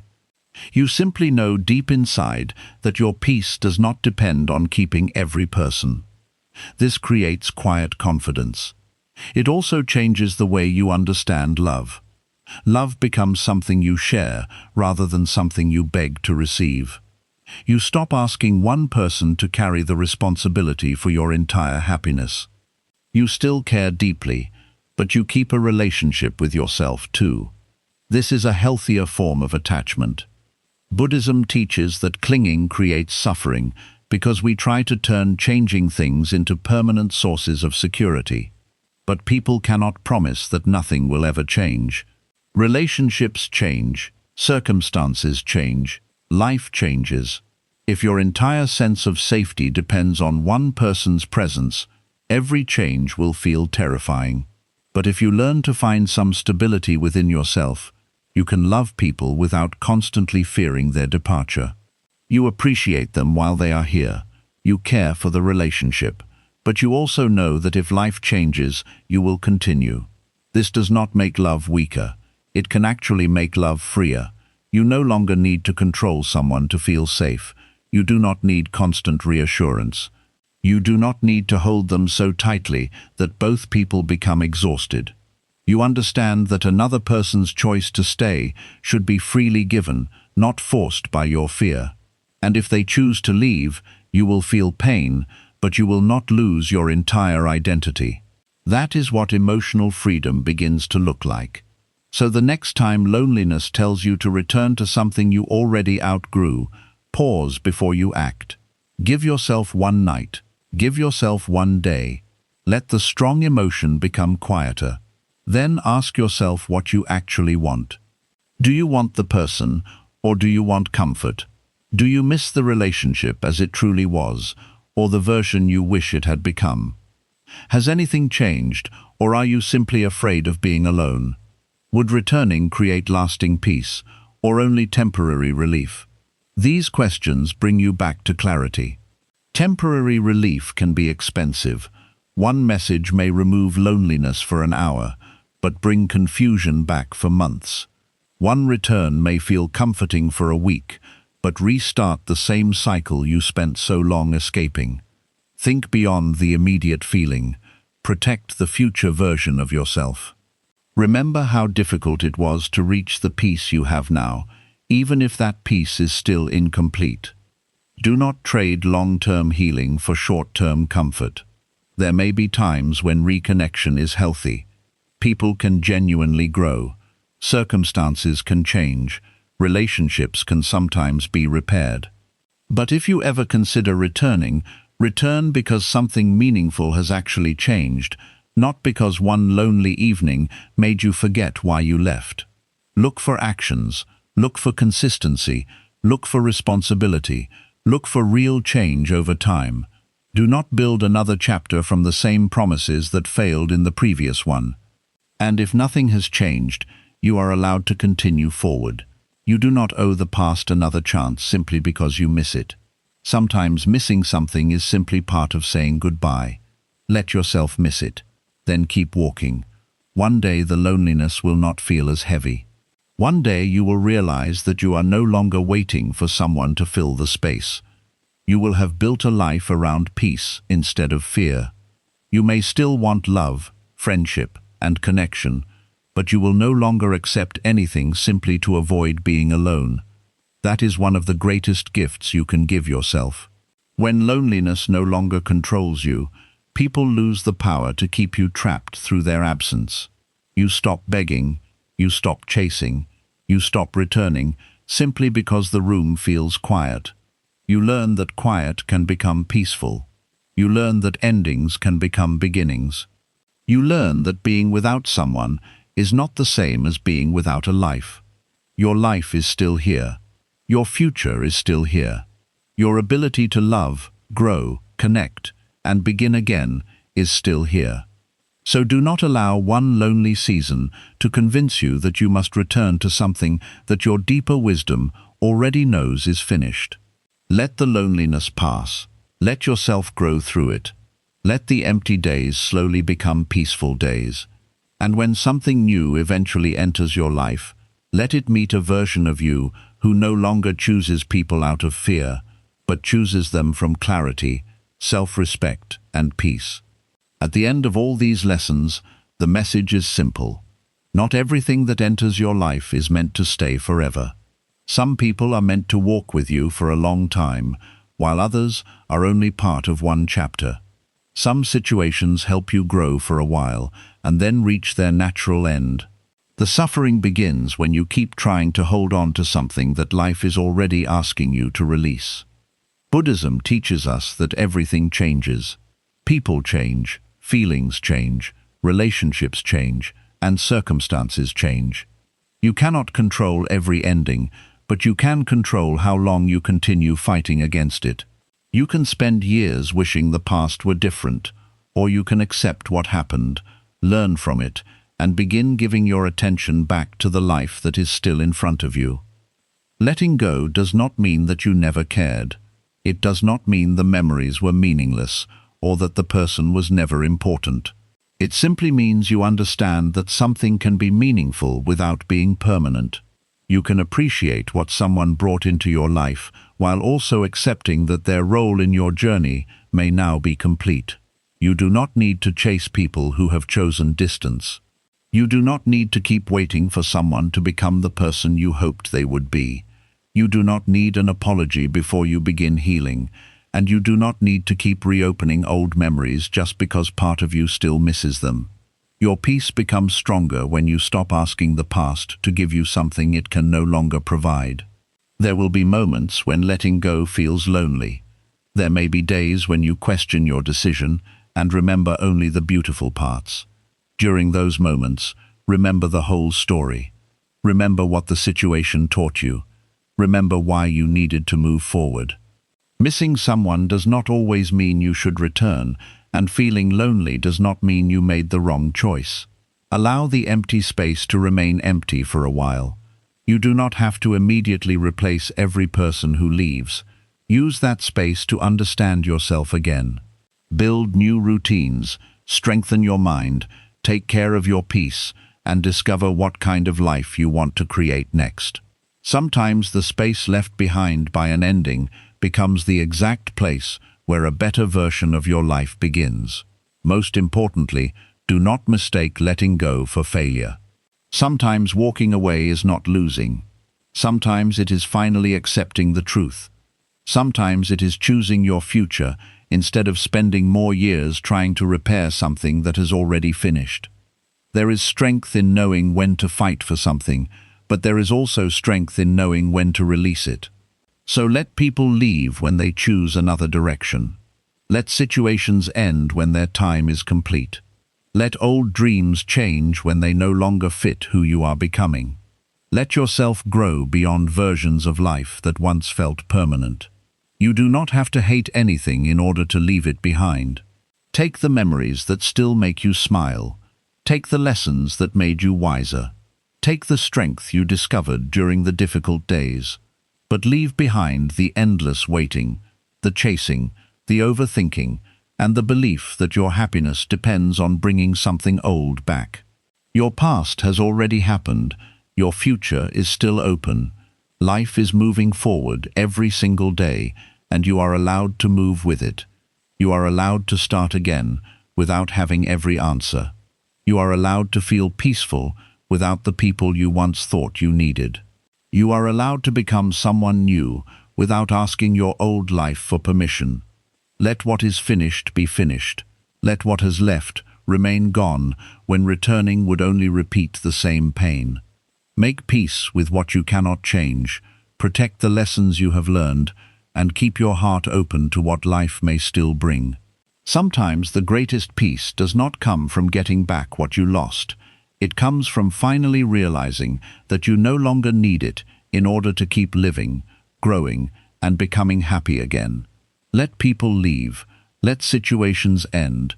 Let the past become the past, and let your life move forward.